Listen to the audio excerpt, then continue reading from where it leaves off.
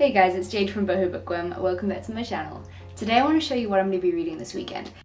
You're also going to be getting Future Jade in this video because some shit's changed since I previously filmed. Future Jade's very upset right now because Future Jade decided to put her favourite hat into the washing machine because it's been a couple of years since she bought it and she decided maybe it's time to give you a wash.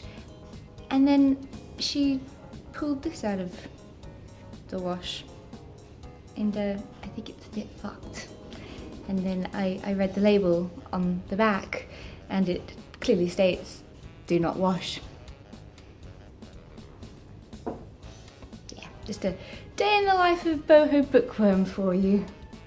I'm still working my way through Emma in the Night by Wendy and I'm not reading it so slowly because it's a bad book. I'm honestly thoroughly enjoying it. I'm very intrigued by it. It's a mystery book about two girls that go missing and then a couple of years later one of the sisters returns home and it turns out that as the police reopen the investigation into their disappearance, the mother is this massive narcissist and it follows two points of view. It follows the forensic psychologist who's busy kind of investigating everything, and it follows the sister that's returned and she's telling the story about where she was and how her and her sister got to this place. It's like this little island in Maine that they got to and what happened to them and how she managed to leave, and no one's really quite sure if they should believe her or not, and I don't know what to believe either. It's all very, very mysterious and confusing.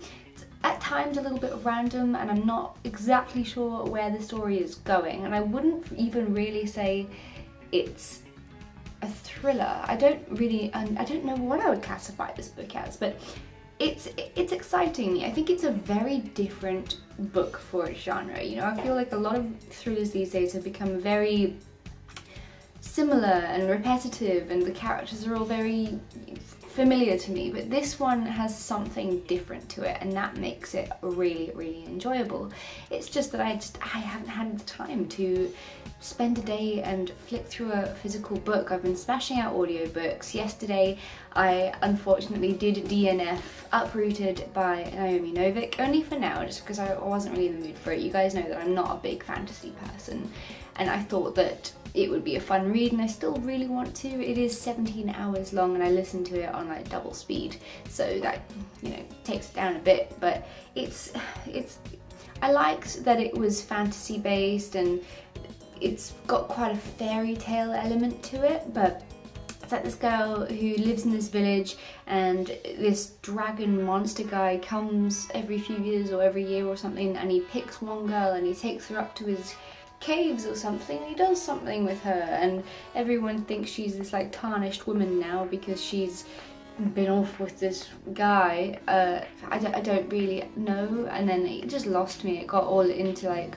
witchery and spells and stuff, and I want to start reading more spells and witch kind of stuff because it is something that really did used to interest me, but I just don't know what I think about Uprooted yet. I think it might just be a tad bit too young for me considering I am turning 27 in 4 days time. I also DNF'd The Doll Funeral by Kate Hammer, and this book I actually did buy the physical copy in South Africa and unfortunately I left it there, but it's said it's a thriller, but I had no idea that it would take such like a magical realism kind of element, and I'm not in the mood for it. I tried it with Uprooted and I wasn't expecting it with The Doll Funeral. From what I gather, The Doll Funeral is about this young girl who finds out on her birthday that her parents aren't really her parents, she was adopted, and I think there's like this underlying message in the book about domestic abuse and it's supposed to be this absolutely like emotionally charged book, but I really just don't think it's really hitting that nail on the head, you know? Like I'm not enjoying it the way that I wish I was. I did start History Is All You Left Me by Silvera yesterday, which I'm going to continue to read today. Update! I have actually just finished History Is All You Left Me, and for a book in its genre, which is a genre that I don't read much of at all, I found it really enjoyable.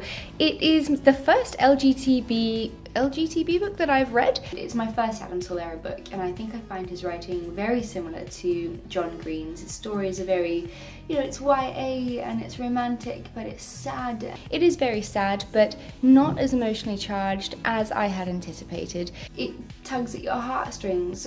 History's All You Left Me is about a boy called Griffin who falls in love with his best friend who's a guy, and it has their relationship for a little bit, and then unfortunately I think the boyfriend moves away and he finds a new boyfriend, and eventually he somehow dies. I don't think we learn how yet, but then it goes, you know, into the present time about him going to the funeral, and he meets the boyfriend, and the two of them like reluctantly kind of share a bond and start their own relationship.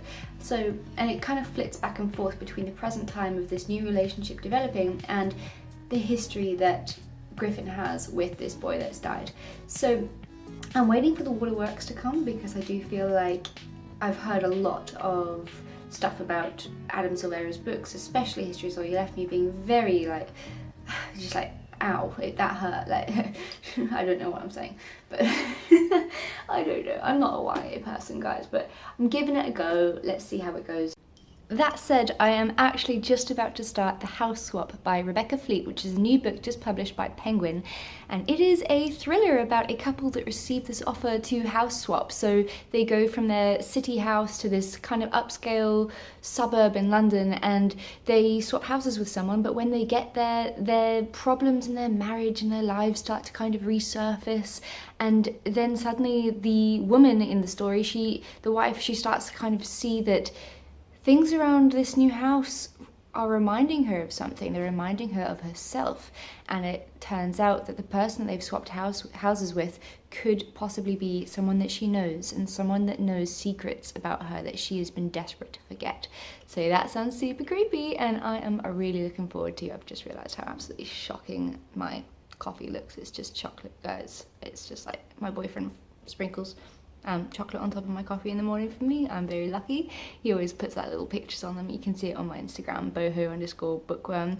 He like does little hearts and pandas. It's very, very cute. Then I have no idea what I'm going to go on to.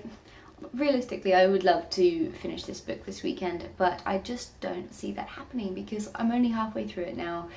I'm loving it, but what am I doing this weekend? I think Friday I'm just kind of chilling in. I need to deep clean my house because I've got my housewarming party on Saturday, so that's what I'm doing on Saturday. So Friday needs to be deep cleaning, and then I think, what is it, Sunday, just relax, and maybe a little bit of Friday, and Sunday can be my reading time. Also, a little bit of writing news for you.